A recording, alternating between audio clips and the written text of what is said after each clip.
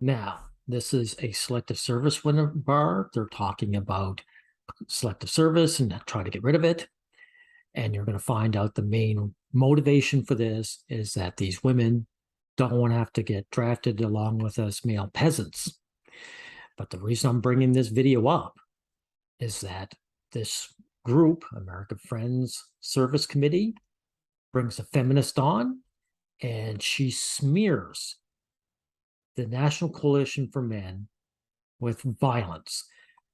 Why did you lie that the National Coalition for Men was inciting violence against women? And when I play it, you guys can hear it. I am going to push the National Coalition for Men to sue these people. They need to take legal action against American Friends Service Committee and towards the women specifically speaking. So we'll get into this. In our society because of the selective service system. Instead, we've been hearing a lot about expansion of the draft to women. We've been hearing a lot about, the don't draft our daughters folks in the Senate. Exactly. And that's why these women are concerned. This is not about anything good. This is just, we don't want to get our faces shot off along with the male peasants. So I'm going to pass it over to Mac to talk a little bit more about the political landscape, sort of what we've seen over the last few years and what is in particular happening this year so that we then know how to better engage. So I'll pass it to you, Mac. Great, thanks so much, Tori, and thanks to Edward and Maria for that excellent breakdown. I'm going to put in the chat a backgrounder that Wand put out that we're calling a feminist take on the selective service. Really, our focus on this issue comes from a historic feminist anti-militarist standpoint. This is laughable. The suffragettes were handing out white feathers to young men to go and get their faces shot off at war. So they could benefit, by the way. So this is just gaslighting, man. There's never been an anti-militaristic branch of any feminist. We know that militarism and war devastate communities, and so we work to challenge violence-first approaches to our nation's policy challenges, whether it's... I disagree with this too. Women, on the whole, benefit from war if they're on the winning side. I want you guys to think of the prosperous 1950s era of the United States after they won Second World War. Do you think the women who enjoyed the 1950s and 60s wanted to renege on that? No, they didn't have any skin in the game, really, and they got to enjoy all the benefits. It's in foreign policy, or whether it's more domestically focused. We work on ending military transfers of equipment to local law enforcement agencies who are allowed to take Pentagon issued equipment and use it in local law enforcement. And we also focus now as well on trying to abolish the selective service. So as has come up a few times in this conversation, really the question on the table in recent times has not been really whether or not to abolish the selective service, but it's been about whether or not young women should be required to register alongside young men. Exactly. And this is what this woman's issue is, and that's why she's involved.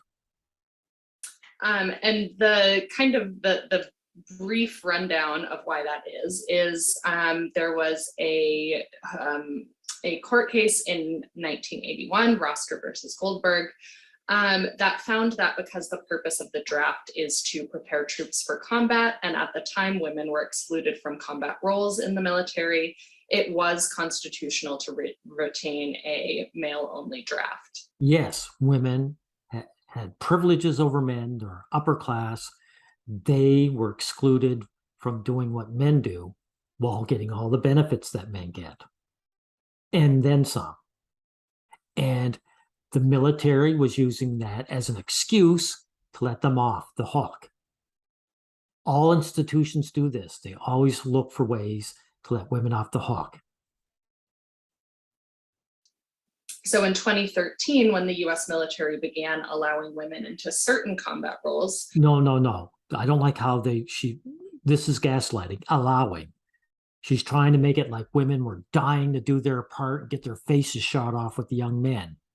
And they're finally being allowed. No, don't give into that gaslighting. Finally, the government was, or the military was scaring these women with the idea of some kind of equality. This was able to be challenged. It was challenged by a group called the National Coalition for Men.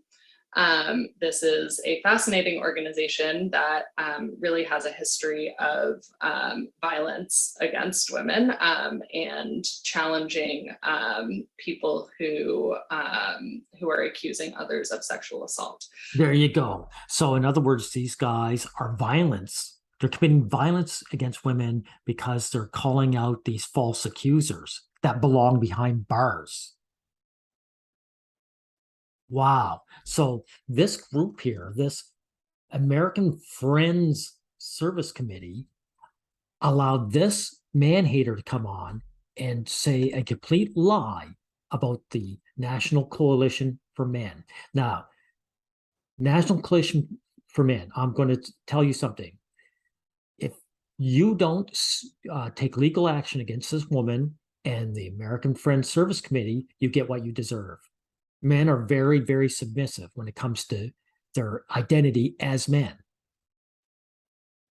For them to let this woman say what she did, and they don't challenge her at all, they need to be sued. It's that simple. Action has to be taken. I'm telling you that. National Coalition for Men. Okay? Now we'll jump in a few. Now that's the main part of the video. And as long as I hope you listen to this point, now I'm going to do a few other things here. Talk about a few other topics here. In progress. So after hearing this, guess what? This guy is going to be 100% on board with that. I'm a conscientious objector from 1972. I've been following all of this very, very closely for more than half a century. I also do a lot of grassroots organizing on multiple issues, peace, climate, all kinds of social and economic justice issues. One of the things that's helpful in organizing, which is what we need to be doing, is to help people who have other issue concerns recognize how their issue connects to this. So I'm glad we've already talked about women's rights, and this is a feminist issue as well as everything else. No, it isn't. The only way it's a feminist issue is that women might be brought down to men's level.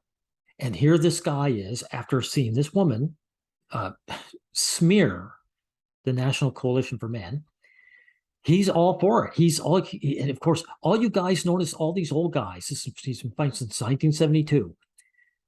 This is why men don't get anywhere, because this is a male hostile person, and he backs a hate movement. Pal, if you're going to back a hate movement who you are the target of the hate, what makes you think anything good is going to come out of that? Okay. Now there's that, and there's another thing I want to talk about. No elderly man who doesn't have to sacrifice because of his age should be telling young men that they should be going to war. Am I there? I joined the meeting late. Maybe this question was answered. Just in a general question that I get this argument from a lot of people. How can we keep a defensive military without a draft? Don't we all need skin in the game here in our country? Well, one thing, pal, you should be told to shut up, because you don't have any skin in the game, because your life isn't on the line. You're too old. So am I, thank God. So you have no reason to say this whatsoever. And here's the other thing. If men are so concerned about, fighting for the country, you don't need a draft. You make it voluntary. And supermen like you would join up, even when you're very old, wouldn't you? You'd join up and say, I'm here to fight the good fight. To argue for a forced conscription He's admitting that men don't really want to fight war. He's admitting he doesn't want to fight wars. It's always elderly men who don't have to put up any risk that are the biggest war hawks. I'm telling this guy to sit down and shut up. So there's that. Now we'll end off with this guy. Thank you, Tori. The debate about selective service has been framed as being about women, but as a coalition of anti-draft activists, including several of us, said in a joint letter to Congress last year, the issue of selective service is a choice about militarism, not a choice about gender equality. And that's your problem. That's why you guys always fail.